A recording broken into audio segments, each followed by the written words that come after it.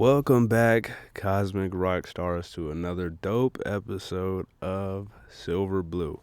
I am your host, BluJay the Birdie, and I'm here with... Silvia, it's been a long time since we recorded, and I am realizing how much I missed this. Yeah, me too. I was just about to say, I'm excited to be back on here. We're currently in Marrakesh, Morocco. Marrakesh, shalala, Chicky boom. chiki punchin. You guys haven't realized we haven't even been on the Chicky boom wave with We haven't introduced the chiki pun wave. Well, it feels pretty nice, and we'll go into maybe a whole episode about the Chicky boom mantra. We're letting our inner child to come out in our daily life through our chiki pun philosophy. And we'll talk about that in the next episode or in some other episode, who knows. Yeah, but for today's episode, we have something a little different, a little insightful. It's very different. But today we're going to be talking about something that we heard a couple months ago when we were in Medellin. Came across someone who introduced us to the topic of Soulgasmic Living. Just think about it for a second. Yeah, just think about Soulgasmic Living. It's got a ring to it. So... What do we mean with this soulgasmic? Yeah, I was going to say, so from what you remember, how would you define it? Do you I think it's better if you start defining it. Okay, so what this woman told us, and I hope we can get her on this show one time, but what she described it as is living a life that turns you on. So I found that pretty interesting, living a life that turns you on, and it made me think, what exactly is that, So I'm going to ask again, how would you say, what does that look like? Just if you could throw it out there and describe, what is it living a life that turns you on? I think, when you have an orgasm, you are fully there, present, right? Experiencing that feeling of wow, this is amazing, right? You're not thinking or, worrying.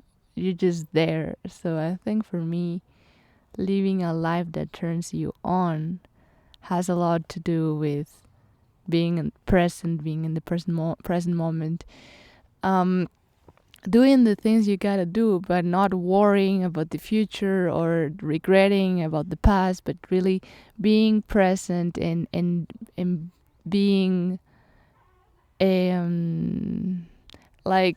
close to your what you are in your essentia, in your the most pure part of you, being your most authentic self. I think that's when you become that's when life starts turning you on.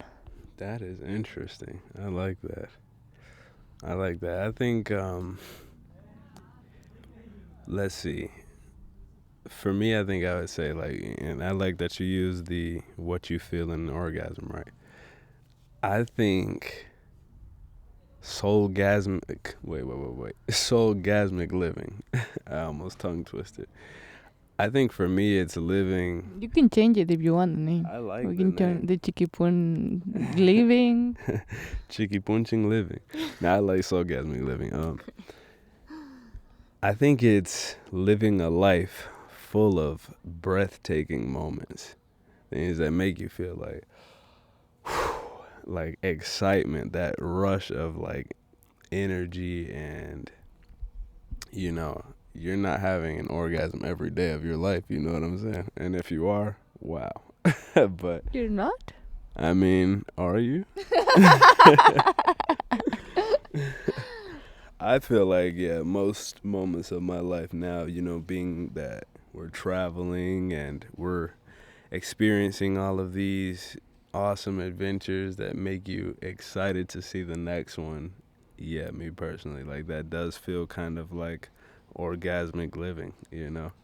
But I think there's also another way to look at it too, So I want to ask a question. What do you think turns your soul on? What a question. Before answering that question, I wanted to address a thought that came to my mind, and I just remembered this philosophy teacher that I had in high school telling us how right now we're living in the society of the orgasm. And not talking about it as a good thing, talking about it as like just, you need more things to like makes you feel more stronger things, and then that's why how you end up, you know, doing all these things that you need and makes you feel good in the moment, but then they go and you need more things and more things. So I'm gonna do also a little bit of the devil's advocate and be like, what, how do you like up to what point do you do things to have this orgasmic feeling of newness and as you say, breathtaking, and at what point to just, make your life more simple. Okay, I like that. But back to so I like that a lot. Please play the devil's advocate because now I have some ideas that you could probably counteract on with questioning. So, with that question, what is again something that turns your soul on? Okay. So, again, that I was asking this because it's like, what do you mean by turning your soul on? Do you mean this instant things that create a gratification in your life that makes you feel good in the moment, but then once they're gone, you feel empty?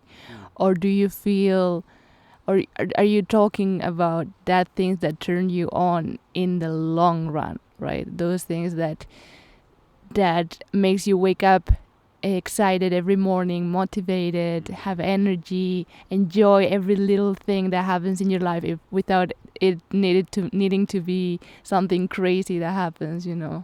So I think more than the things that turned you on is what's your perspective of how do you react to things that happen in life, and like, even little things can turn you on if you have if you want that to happen, if you're open for that to be something new, something excited.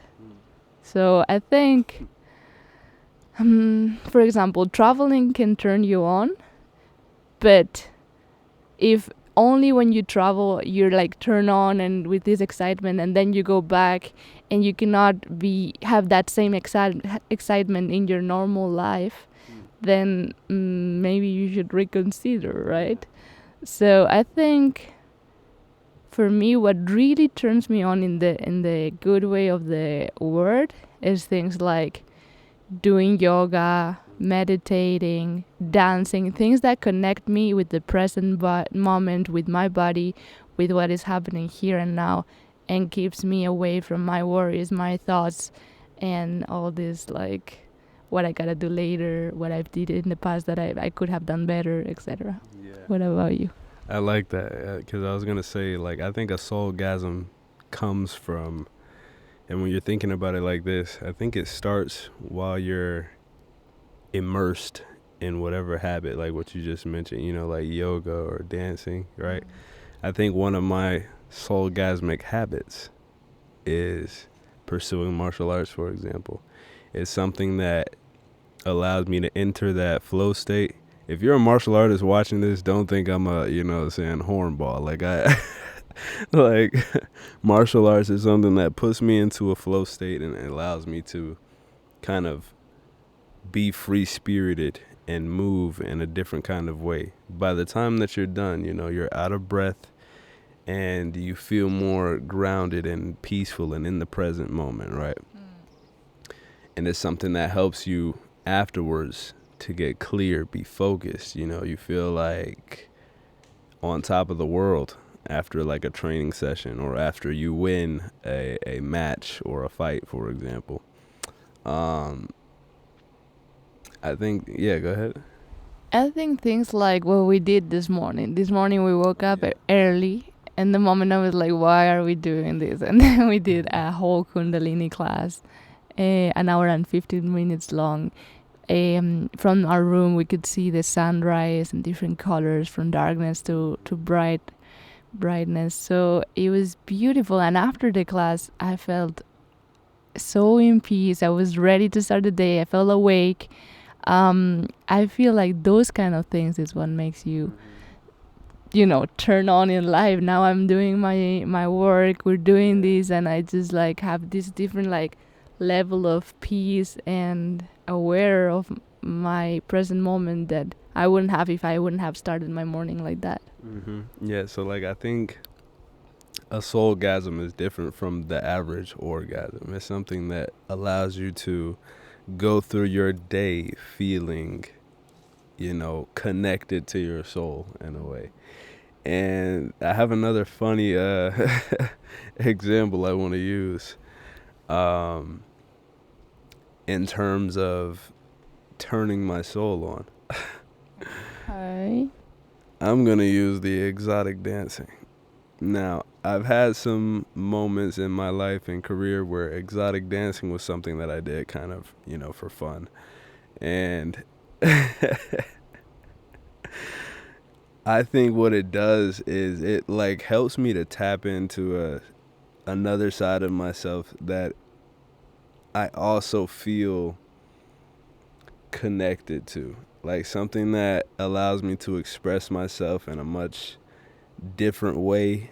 And I noticed that after like a exotic dance session or something, I kind of feel like a boost in confidence. I feel more movement and I guess energy flow through my body.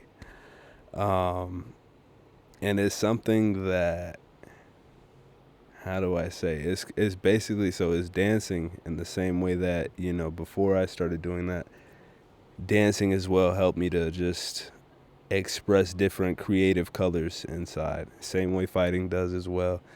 But it's funny because it's literally like a soulgasm.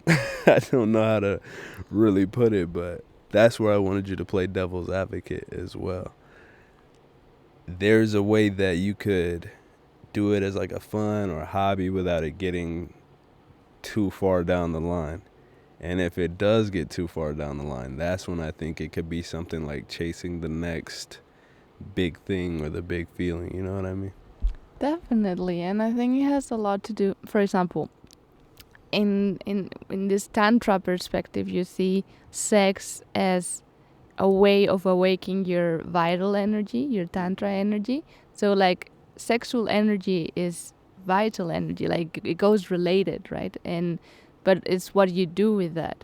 Like you can awake your sexual energy and then use it to keep growing, evolving, or you can use it and just I don't know. Delete yourself, like you could use it to just find the next release and keeping you in this cycle of like just wasting your energy basically. Yeah. Or you can use it to, manifest. I think we've talked about that. Yeah. Yeah. You could use it for different things, positive things. But if you let it use you, that's when it becomes a problem. Exactly. That's so I think it's normal. I think it makes sense that this kind of dancing makes you have this energy because you're just awaking that sexual energy, that vital energy, and then is what you said is what you do with that counts. And it's the same with the things that turn you on in life. It's like you can use traveling as a way of realizing that life is incredible and then go back to your home and enjoy life because life is incredible. Or you can use traveling as an experience that takes you away from your normal routine, but then you go back to your routine and you cannot enjoy that and you need to travel more and more and you're only happy if you travel. Like, for example, no, it's like a silly example, but it's like, do you depend on that or are you using that as a tool to just become more present? Absolutely. Yeah. So I think that's first of all a very good dive into soulgasmic living. Your Um, notebook is getting in the camera. Let me fix that. Um, okay, so I guess I want to ask more questions and deeper explore this. Anything come to your mind? Um, I think that's it. That's it for today. No, let's see. I had a question, but I forgot what I was gonna go to. Um, Yeah, so in the meantime, yeah, I think that's two good examples, or not two, but a couple of good examples on how we interpret soulgasmic living. I think it's like doing things, tapping into things that make you flow more free spiritedly. Like, what is the word? Free spiritedly, I meant to say. Yeah, like yoga in the morning, having habits that kind of feed and nourish your soul rather than deplete it. I think that's the main kind of idea when you're talking about soulgasmic living. Not chasing after the next kind of boom thing that makes you feel that jump in energy, rather things that allow you to use the energy, build the energy, and give you a momentum and a push forward and accomplishing and achieving things in life, I would say. yeah, and basically, I think it comes with this idea that life is something to be enjoyed. We so many times it's like, no, you need to like fight, you need to like sacrifice, and what's the word you use, the grind. Yeah, the grind mind, the grind set. Like, dude, I like that because I was going to say, you know, you're not stressing when you have an orgasm, bro. You're like there and it feels good. It's like, like, I think that's what you want to be feeling throughout life. Is just here, these breathtaking moments, these capturing, something that you can enjoy, not thinking about all the time, oh, I got to get to the next blah, blah, blah. Oh, I got to do this. I got to take care of that. But just being there, being happy, feeling good, that's orgasmic living, I think. Yeah, enjoying whatever you do. You do things to get to your goals, great. You do hard work because you want to get somewhere, great. Just enjoy that. Enjoy everything you do. Enjoy that moments. Uh, and okay, I remember now. Yes. um, I think soulgasmic living comes also with getting into your flow zone.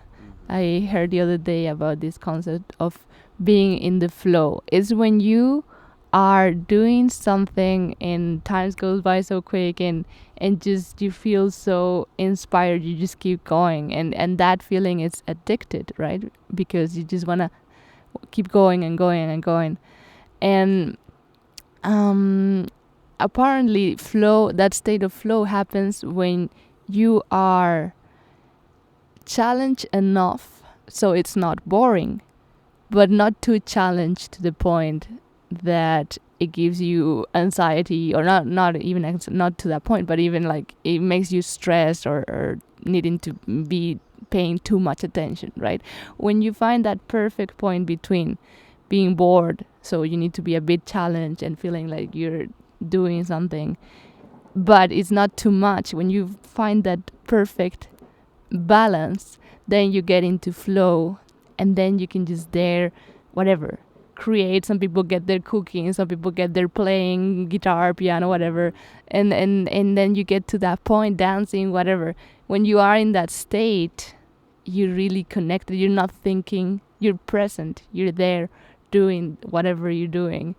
And I think soulgasmic has to do with finding these flow states, right? And just living in these soul states, doing things that challenge you but are not too challenged, finding that perfect balance between those two, and just keep living a life that excites you. That it's not a boring life. It's not, because sometimes we go to one extreme or the other extreme. It's either a very boring life that doesn't challenge us at all, and we get to the what's the point of all this, or it's a life super stressful, super challenging.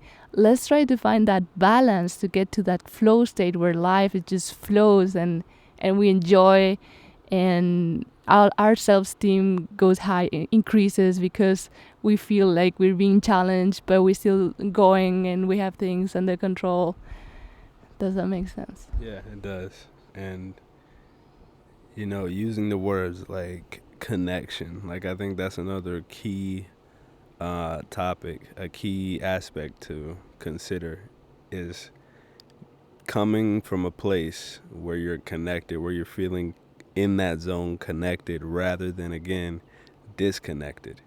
If you're living life and you're feeling disconnected or unmotivated or unhappy majority of the time, I think that's the complete opposite of soulgasmic living. So like if you're like if you're feeling happy, if you're feeling at peace, these are feelings of connection. These are feelings that I think you experience throughout, for example, sex. And then the orgasm comes when you've been so connected that whole time that it's just like a release of everything. Everything good. You're just like, yes. So the soulgasmic living is keeping that connection, keeping that rhythm as you walk through life, keeping that feel of just, all the beautiful energy just flowing into you and through you. And I think I don't know, I can't really quite describe the moment where the gasm happens. But I think it's like when you're having sex, you don't know exactly when that moment is gonna come. And the more you look for it and want it, the less you're gonna have it, right? When you're present there, enjoying everything, then is when it happens. And I think it's the same in life. When you're fully present there, enjoying in that flow state, then is when suddenly you feel amazing. Everything flows, everything, life becomes just like you think about something you would like, it appears, like everything becomes magical because you're just in that present moment, flowing and trusting. definitely, that's a great cherry on top. That's exactly what I feel like defines this whole thing. And yeah, I think you mentioned a few times it's more like tantric. I think it's not quite, like in tantra you're transmuting the energy rather than just letting it go. So I think that also correlates well to the soulgasmic living part. Is something that carries along with you. It doesn't have to have an end the way that I kind of was like, I don't know when it pops off or whatever. I don't think it does. Like when you actually make it a lifestyle, it's something that you already understand. There's kind of a wave of motion. There's going to be ups and downs. There's going to be kind of different moments of higher or lower intensity, but it's a rhythm to catch. So yeah, I think that's the majority of the topic. What about you? Yeah, I think that's pretty good. Yeah, we just wanted to like go back, say hi, tell a bit more of something. This time, in this case, the soulgasmic living, and yeah, I don't think it needs to be too long either. I think it's good to do things that are intense, to the point, and let you guys enjoy and be present the rest of the time. Exactly. You got a little soulgasmic taste today. And yeah, we wanted to say hello again. Feels like it's been a while. Unless you've just been watching episode after episode. If this is your first time and you're kind of like hopping through. But yeah, we wanted to give you guys a look on a different perspective. Coming from, we're in our 20s. We're young still, you know what I'm saying? Even if it feels like we're kind of wise and all. Still learning things. And we like to share with you what we're learning in real time. So I hope you enjoyed this little chat. Good to see you again, Cosmic Rock Stars. And with that being said, we hope to see you again in the next one. Satnam.